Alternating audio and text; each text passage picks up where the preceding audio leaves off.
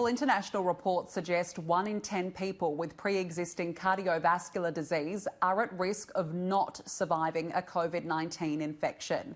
For more on how we can all maintain our heart health during self-isolation, I'm joined by Professor Steve Worthley, Interventional Cardiologist and Executive Manager at Genesis Care. Professor, good afternoon. Thank you so much for your time. Hi, it's a pleasure to be here. Firstly, just for some background, can you tell us who is considered most at risk of cardiovascular disease? Look, we understand that cardiovascular disease is associated with a number of risk factors. The commonest, of course, is age. But other clear risk factors we know about are, for example, high blood pressure, sugar diabetes, and both of those two conditions, for example, we know independent of heart disease also are associated with a poorer outcome should you get COVID-19. In terms of COVID-19, does the virus at all affect the heart itself? We know that COVID-19 does lead to a worse outcome in people that have heart disease, although we don't believe it actually directly affects the heart. But what happens is that by causing people to be more breathless and have respiratory distress, that puts a greater strain on the heart, and therefore people that have heart disease are more likely to have a poor outcome. As you described, for example, either have a complication such as an abnormal heart rhythm or a heart attack or potentially even die.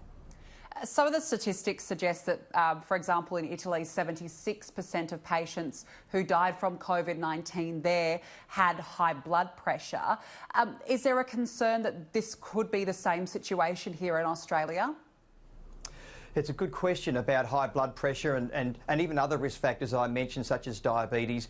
We do know that people with those risk factors are at a higher risk of dying or succumbing if they should be COVID-19 positive. What's interesting, though, is that the Australian situation is different from Italy, where to date, with all the measures and behavioural changes that we've seen instituted, we haven't seen our health system overwhelmed such as happened in Italy. But certainly there's a very clear message for people that have heart disease or those risk factors that we described. And that message is that they should be especially vigilant with the behaviours that we know can reduce the chance that they'll be infected. So that includes things such as hand hygiene, social distancing, for example, all of which have been well described. So that message is important with those people with heart disease. And is there anything that those who are at risk or do have heart disease, how can they look after themselves during this pandemic? Yeah, Danica, that's a good point. So there's two clear messages for people that have or are at risk of heart disease. And the first is that, as I mentioned, they should be especially vigilant with ensuring that they manage the social distancing restrictions, reduce the chance that they'll come into contact with other people, undertake regular hand hygiene, for example.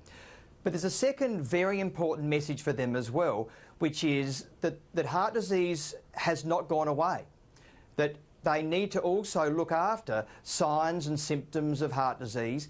That means things like breathlessness, chest tightness or chest pain, because we know that about 40,000 Australians every year die of heart attacks or strokes, what we call cardiovascular disease. And so, separate from just ensuring they're vigilant in around COVID-19 risk, we've also got to make sure that they're looking after their heart health during these times as well. Yeah, it's extremely important. Professor, overall, I mean, for the rest of us, I mean, what are ways that we can all look after our heart health during this isolation? You know, a number of us are, stuck in our homes. Is there anything that we can do? Look, it's a great question, and it is important that we find ways to still lead healthy lifestyles like we would have before all of these restrictions, albeit that we've got some different limitations upon how easy it is. But for example, ensuring that we continue to eat good, healthy diets remains as important now as it was before.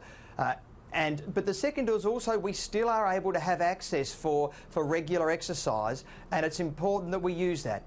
Whether that be for you going for a walk, going for a jog, for example, those undertakings and behaviours are now, as I say, they are more important now than they have been before.